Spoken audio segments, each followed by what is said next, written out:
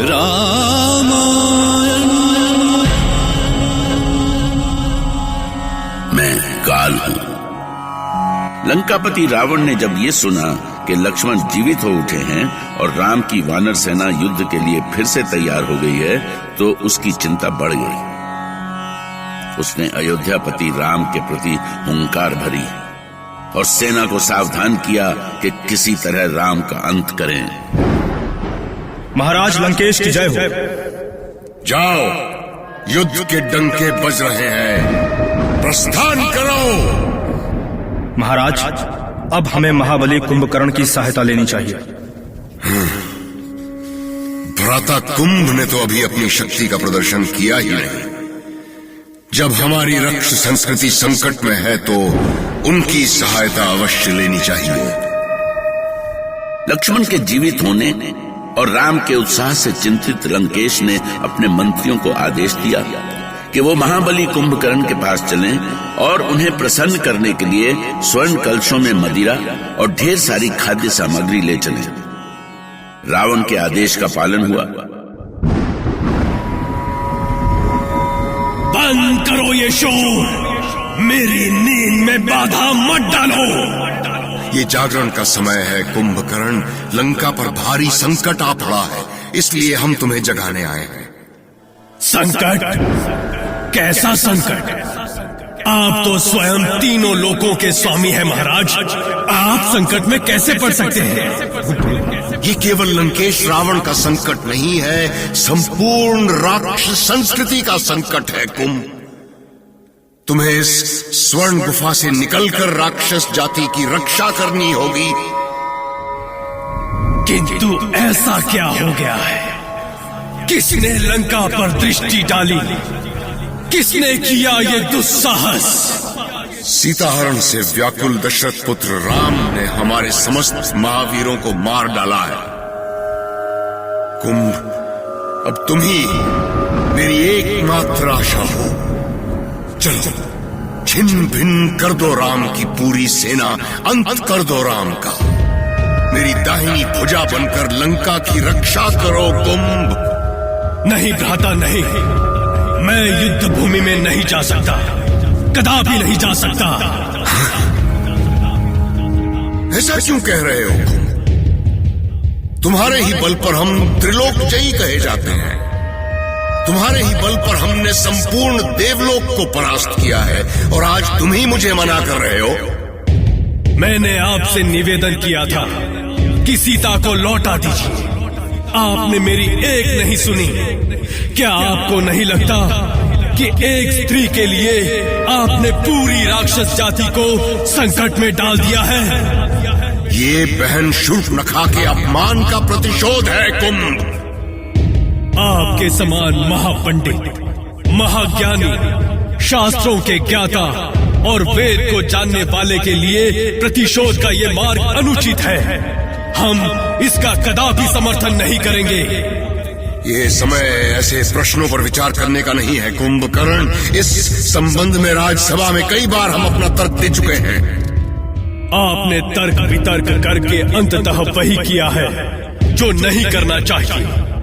अपने भले की बात न मानकर आपने अपने बल के घमंड पर ऐसा निकृष्ट कर्म कर डाला जो आप जैसे त्रैलोक्य जयी के लिए अशोभनीय है। कभी भी शांति से बैठकर इस पर विचार नहीं किया आपने।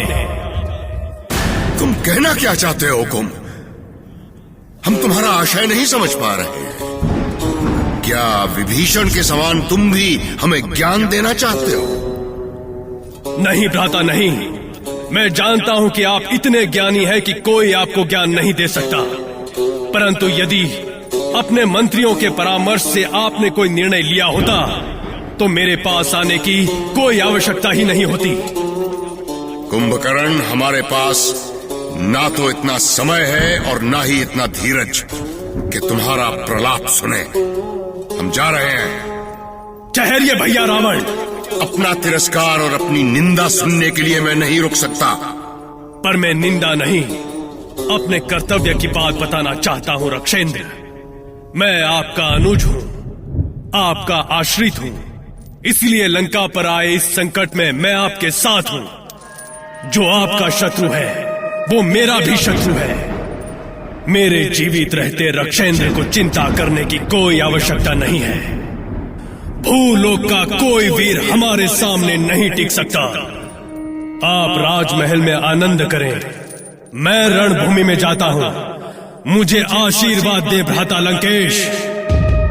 कुंभकर्ण ने पहले नीति और धर्म की बातों से रावण को फटकारने का प्रयास किया, किंतु रावण की व्यथा जानकर उसका हृदय परिवर्तित हो गया और उसने रावण का साथ देने का वचन दिया।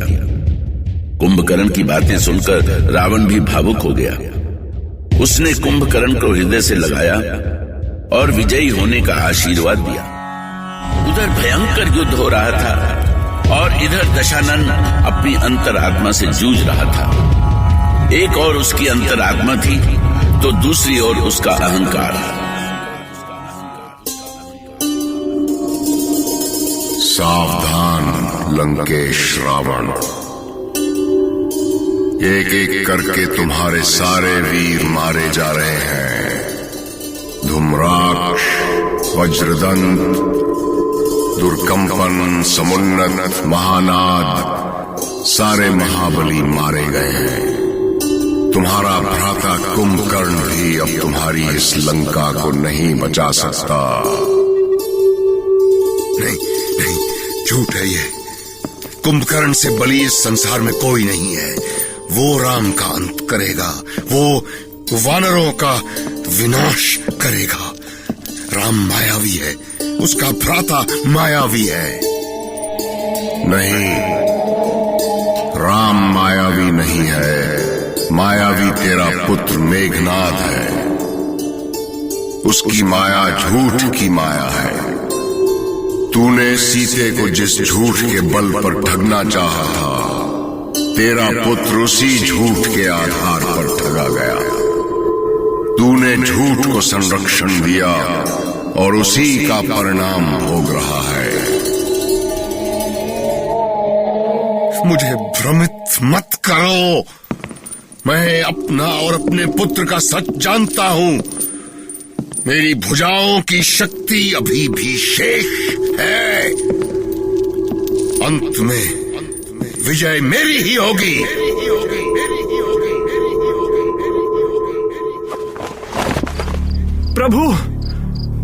प्रभु श्री राम।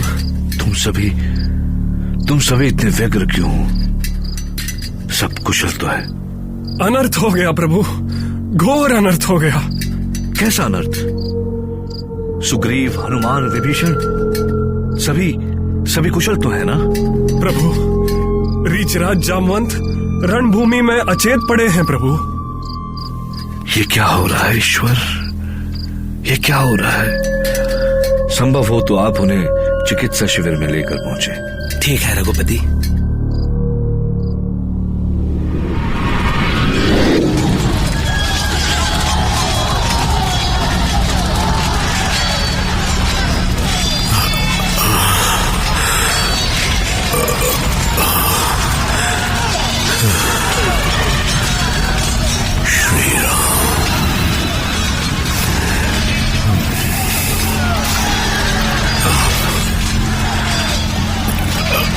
कहाँ है प्रभु? रीचराज, आप चिकित्सा शिविर में चले। प्रभु श्री राम ने मुझे आदेश दिया है। रक्षेंद्र, मेरे शरीर के सभी अंग बाणों से भरे हुए हैं। कष्ट के कारण अपनी आंखें खोलकर आपको देख भी नहीं सकता। केवल स्वर से आपको पहचान रहा हूं।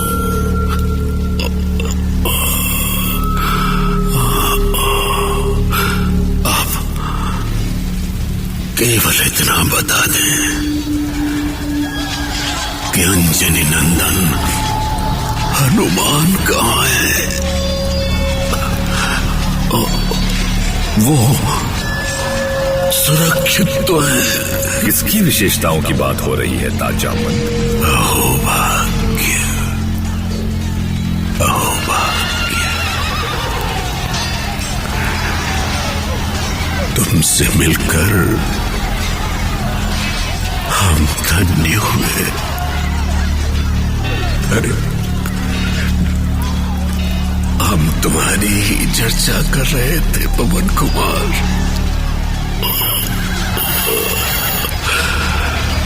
पता नहीं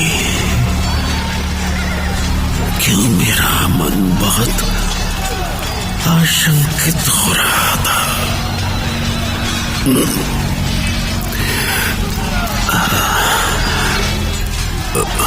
तुम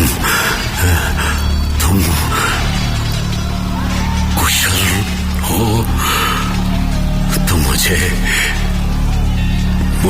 प्रभु राम की विजय पर कोई आशंका नहीं है, कोई आशंका नहीं, कोई आशंका नहीं। आपके मुंह से ऐसी बातें सुनकर मैं धन्य हुआ था, किंतु आपकी ये अवस्था।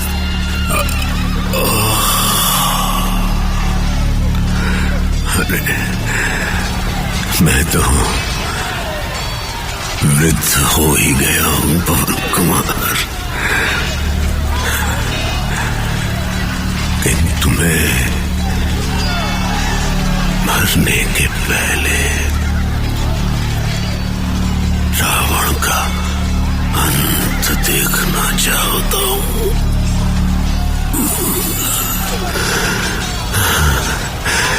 देवी सीता की वापसी, प्रभु श्री राम की विजय मेरे जीवन का अंतिम लक्ष्य है।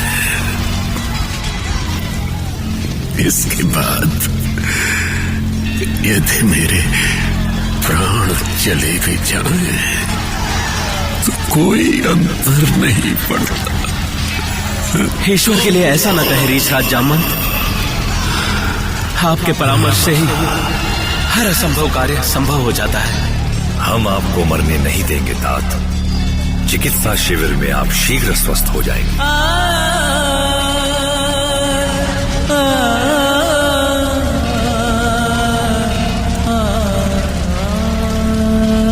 पवन कुमार हनुमान ने रीछ राज जामवंत को अपने कंधे पर उठाया और चिकित्सा शिविर की ओर चल पड़े। दूसरी ओर लंकेश रावण मृत्यु की भेंट चढ़ते अपने सैनिकों की सूचना पाकर उन्मत्त हो उठा और तब उसने अपने पुत्र मेघनाद को निर्णायक युद्ध के लिए भेजा। मेघनाद के रण क्षेत्र में आते ही राम की वानर सेना में खलबली मच गई।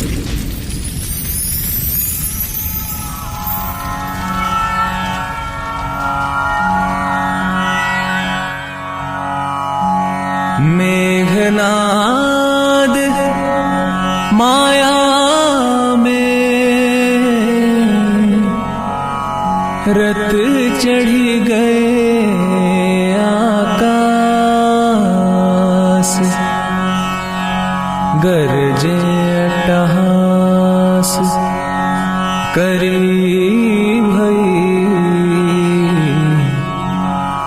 गरजे अट्टहास करी भई, कपि कट कही त्रास। राम